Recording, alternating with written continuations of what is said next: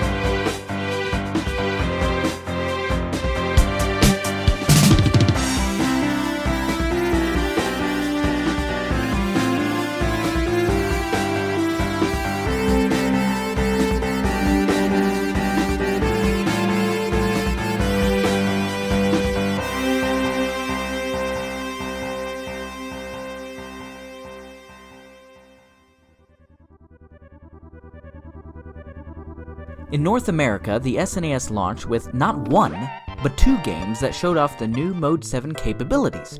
One was F-Zero, a fast, futuristic racing game. The other was Pilotwings, in which you're tasked with doing all kinds of flying events.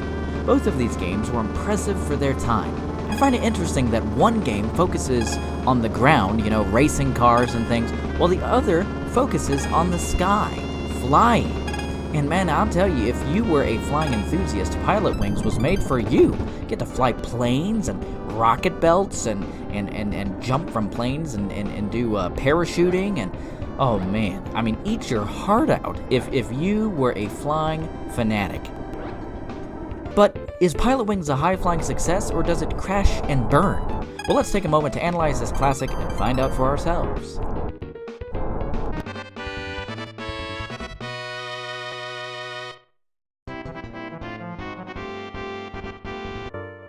The game is broken up into various flight tests. Each test has multiple events, and an instructor grades you on your performance. Oh, just what I love. Being tested and graded. Ugh, great. Well, you'll be tasked with handling 4 specific aircrafts. The light plane, the parachute, also known as skydiving, the rocket belt, and the hang glider. Instructors Tony, Shirley, Lance, and Big Al will give you specific assignments. For example, in the light plane, fly through 3 rings and then land on the runway. But this is often easier said than done. Pilotwings is perhaps one of the most difficult games to master, but you can freely retry as many times as you want. Isn't that great? So you can just crash and crash and crash and crash. Oh man, so many crashes.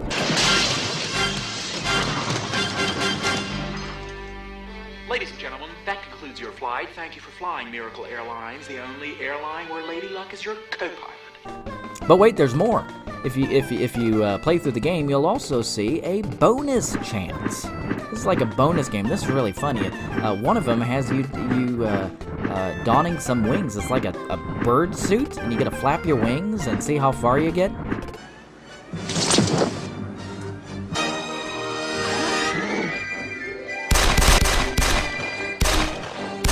And then the other bonus chance, get this, you're a penguin. A penguin, and you're jumping into some water. Oh man, that's pretty cool.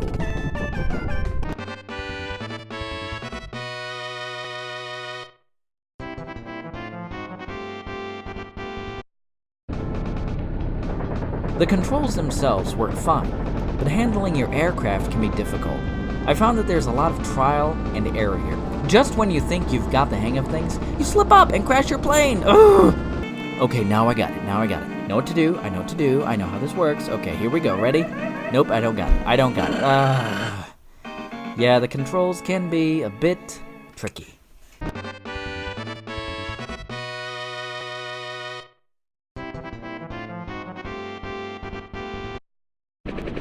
Pilotwings is all about showing off Mode 7. Oh, beautiful. Mode 7, baby. Oh, yeah. Seeing an island slowly get bigger is cool, but the graphics look kind of primitive now. When landing after skydiving, you can especially see how flat everything is. Ooh, it is flat. We must be in Kansas or something.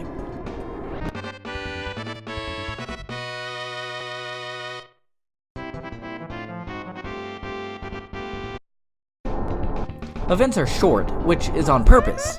These are meant to be played over and over, and believe me, you will.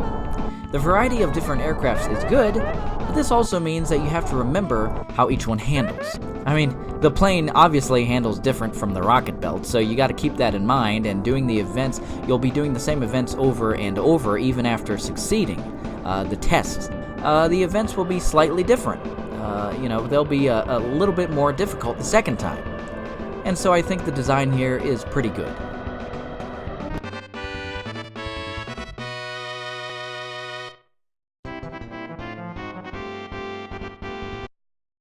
Not much presentation here. Going up into the air on a ladder and seeing the land become smaller and smaller is cool. That's about it though. I suppose Mode 7 was all the presentation that Nintendo wanted. Instructors talking to you is certainly more interesting than the game just telling you what to do.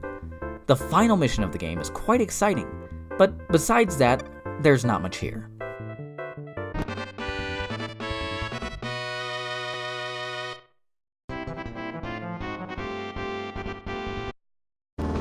The music here is perfectly fine, although nothing extraordinary.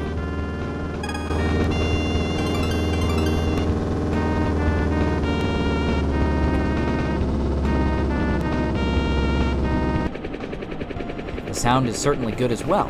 When free-falling, you can hear the wind as it ruffles your clothes, and when flying the plane, you can hear the roar of the plane's engine. The sense of realism here is quite good, especially for the time.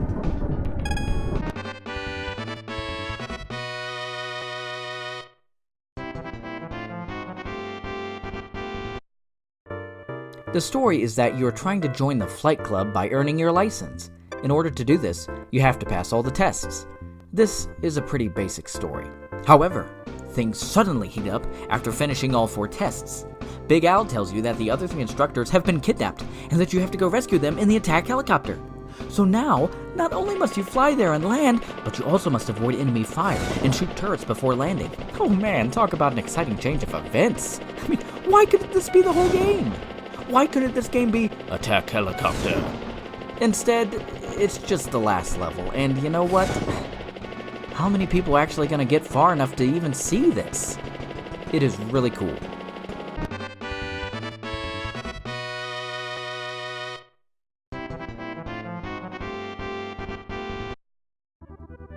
After you beat the game, you will unlock Expert Mode. Good luck! The events will be the same, but this time you'll have to fly in snowy weather or at night. Certain conditions will make it more challenging this time, and you will once again be tasked with rescuing someone at the end in the attack helicopter. Yes! Except it will be at night, and it will be very hard to see everything. Ooh!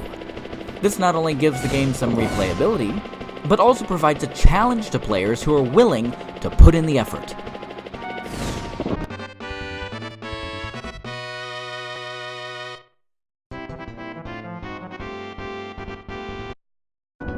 There is no multiplayer in Pilotwings. It's a shame that both of Nintendo's first-party games, which were meant to show off Mode 7, this and F-Zero, both lacked multiplayer. I'm not sure what they could have done, but some kind of multiplayer mode would have been nice.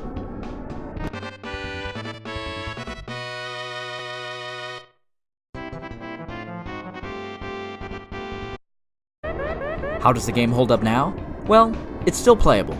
But the wow factor has worn off years ago.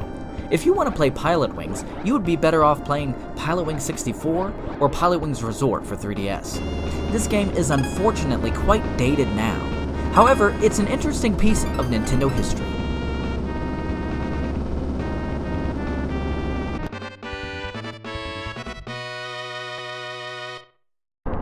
Pilotwings is not bad, but it's also not timeless like many of Nintendo's other first-party offerings. The whole flight simulator aspect is cool, but the game is also quite difficult, meaning your light plane might not be the only thing that gets broken.